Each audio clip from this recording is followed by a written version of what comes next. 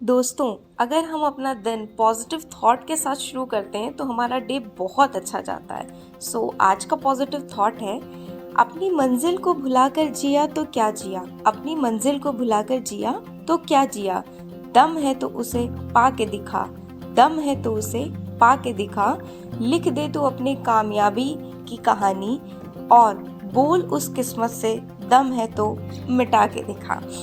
इसी positive thought के साथ hello everyone, how are you all? I hope all of you are doing well. And आज afternoon के साथ मैं अपना व्लॉग स्टार्ट कर रही हूँ। मैंने अभी आपको अपनी टू डू लिस्ट शेयर की है, ठीक है। उसके बाद उसी अकॉर्डिंग मैं पढ़ूंगी इंग्लिश वोकैब 10 और करंट अफेयर्स और ज्योग्राफी एनसीईआरटीज और मैथ्स नंबर सिस्टम, ठीक है। जो जैसे शेयर करूंगी वो मैं अभी आपको शो करूंगी।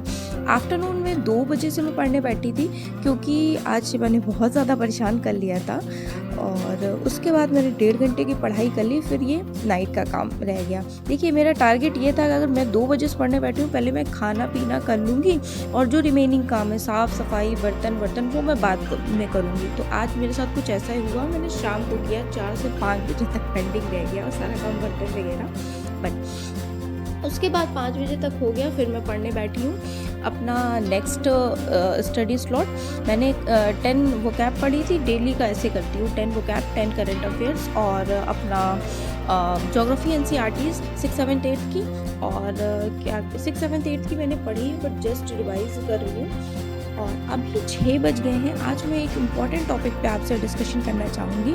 वो टॉपिक है कि आप अपने माइंड को कैसे ट्रेन कर सकते हैं। देखिए, जैसे कि फॉर एग्जांपल अभी फास्ट था सकट का, ठीक है, उसमें पानी नहीं पीना होता है, करवा चौथ का होता है, ऐसे बहुत सारे फास्ट होते हैं जिनमें हमारा मन, हमें लगता है कि नेसेसरी काम कर लें, हम पढ़ाई नहीं करते, कोई बात नहीं। तो देखिए, हम अपने माइंड के ओनर हैं, माइंड हमारा ओनर नहीं।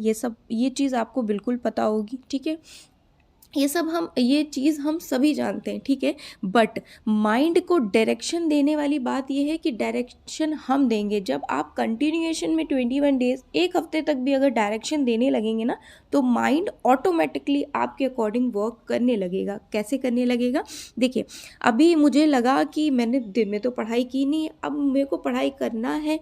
तो अगर मेरी हैबिट में है पढ़ाई करना, मैंने कई बार पिछले भी व्लॉग्स में बोला, अगर जैसे खाना बनाना और बर्तन काम, बच्चों की केयर, ये सब हमारी हैबिट में होता है, तो अगर पढ़ाई हमारी हैबिट में आ जाए तो हमें भी लगेगा कि कुछ ये इम्पॉर्टेंट वर्क है जो हम स्किप कर रहे हैं, ठीक है। तो माइंड के ओनर आप हैं, आप माइंड को डायरेक्शन दीजिए। आपका माइंड बोलता है, मान लीजिए आप सुबह 10 बजे सोते हैं, तो कोशिश करिए 5 बजे तक उठ जाइए। अब देखिए, मैं सोती हूँ 3 बजे, कल मैं 3 बजे सोई, 2:30 बजे तक पढ़ाई करी, फिर 3 मेरे टारगेट्स अचीव नहीं हो पाए थे, फिर मैं 3 बजे सोई, तो उस वजह से मैं 7 से 8 बजे तक उठी, 7:30 तक करीब उठी, फिर मैंने ब्रेकफास्ट वगैरह प्रिपेयर किया। तो आप माइंड को कंट्रोल, वो सुबह सुबह एक आप अपना अच्छा सा टारगेट दे दीजिए, मुझे इतना कंप्लीट करना है। टारगेट बहुत ज़्यादा भी नहीं देना, बहुत कम भी नहीं देना है, ओके। अभी 12 बज गया, मैं पढ़ने बैठी हूँ। जब आप अपने माइंड को एक टारगेट दे देंगे तो वो दिमाग में सेट हो जाएगा। और टारगेट एकदम से नहीं, मान लीजिए आपने थोड़ा थोड़ा टारगेट दीजिए, मैंने थोड़ा थोड़ा ही दिया है कि मेरे पास ज़्यादा टाइम नहीं है अभी। मान लीजिए अगर आपका बेबी नहीं है तो आप 6 घंटे आराम से निकाल सकते हैं, ठीक है। क्योंकि बच्चे पूरे दिन मगौन करके रखते हैं, घर के काम ये सब करना, देखिए कोई बहुत बड़ी बात नहीं होती है। और सबसे इम्पॉर्टेंट है बच्चे संभालना। बच्चे अगर आपके घर पे रहते हैं छोटे, तो वो बहुत ज़्यादा परेशान करते हैं, है ना। एक्टिविटीज़ भी उनको कराना सिखाना भी हमारी रिस्पॉन्सिबिलिटी है। और अगर वो स्कूल भी जाते हैं तब भी उनको छोड़ने जाना, उनको लेने जाना, एक तरह से बच्चों के साथ आप पूरा मगौन रहते हैं, ओके।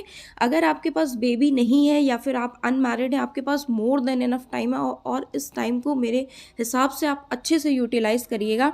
मैं भी सोचती हूँ काश मेरे पास वो दिन होते कि मैं 6 घंटे नहीं, अब मैं स्ट्रेच करती हूँ अपने टाइम को 4 घंटे 5 घंटे। 4 घंटे में मेरा टारगेट अचीव नहीं हो पाता, क्योंकि डीएसएसबी की प्रिपरेशन मैंने टारगेट रखा है 2 मंथ्स में कंप्लीट करूंगी। अब 2 मंथ्स में कंप्लीट करने के लिए 5 से 6 घंटे डिवोट करना पड़ेगा। अभी मैंने 4 घंटे स्ट्रेच किए हैं, ठीक है। उसमें भी मैं अपनी नींद को मैक्सिमम 6 घंटे की नींद रात की और दिन की मिला के ले रही हूँ, है ना, ये वाली बात है।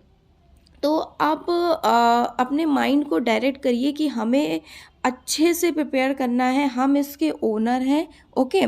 और लोग कहते हैं ना कि कुछ पाने के लिए कुछ खोना पड़ता है, कुछ करना नहीं, मैं कहती हूँ कुछ पाने के लिए बहुत कुछ करना पड़ता है, बहुत कुछ, बहुत सारे सेक्रीफाइस आपको करने होंगे। फॉर एग्जांपल आप लेडीज़ हैं तो आपको लोगों से बात करना, आपसे लोग कहने अरे ये तो, मेरे को भी कॉलोनी में सब बोलते हैं अरे ये तो बात ही नहीं करती है, ये तो अपने में ही रहती है और ये वो। अब बताइए मेरे पास टाइम ही नहीं रहता है तो मैं बात कैसे करूँ, घर के काम निपटाऊँ, बच्चा देखूँ और कि अपनी पढ़ाई, अपने करियर के बारे में सोचूँ या फिर मैं सबसे बात करूँ, है ना।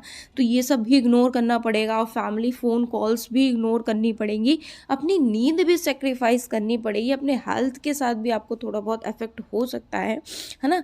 तो आपको बहुत कुछ करना पड़ेगा। हाँ, ये बात है कि अगर आप कंटिन्यूएशन से साल भर, मान लीजिए आपने अभी यू आर अ बिगिनर, आपने अभी स्टार्ट किया पढ़ाई, तो मेरे अकॉर्डिंग अगर आप साल भर डेडिकेशन के साथ पढ़ लेंगे, कोई ना कोई जॉब डेफिनेटली हो जाएगी। देखिए मेरा गोल यूपी सुपर टेट है, ठीक है, वैकेंसी आई नहीं लेकिन उम्मीद है इस बार आएगी, तो मैंने डीएसएसबी की प्रिपरेशन स्टार्ट की, मैं एग्ज़ाम दे आऊँगी जाके, ठीक है, मतलब अच्छे से दूंगी, पोस्टें कम है, अच्छे से दूंगी। लेकिन अब ये पहला टारगेट ये है, दूसरा और फाइनल टारगेट सुपर टेट है, क्योंकि फिर मेरे पास बहुत टाइम नहीं बचेगा, शिवा को भी स्कूल भेजना है ना, उसकी भी पढ़ाई का देखना है। और अभी बात करूँ तो बीपीएससी टीआरई 3.0 की भी वैकेंसी का बता रहे हैं, है ना।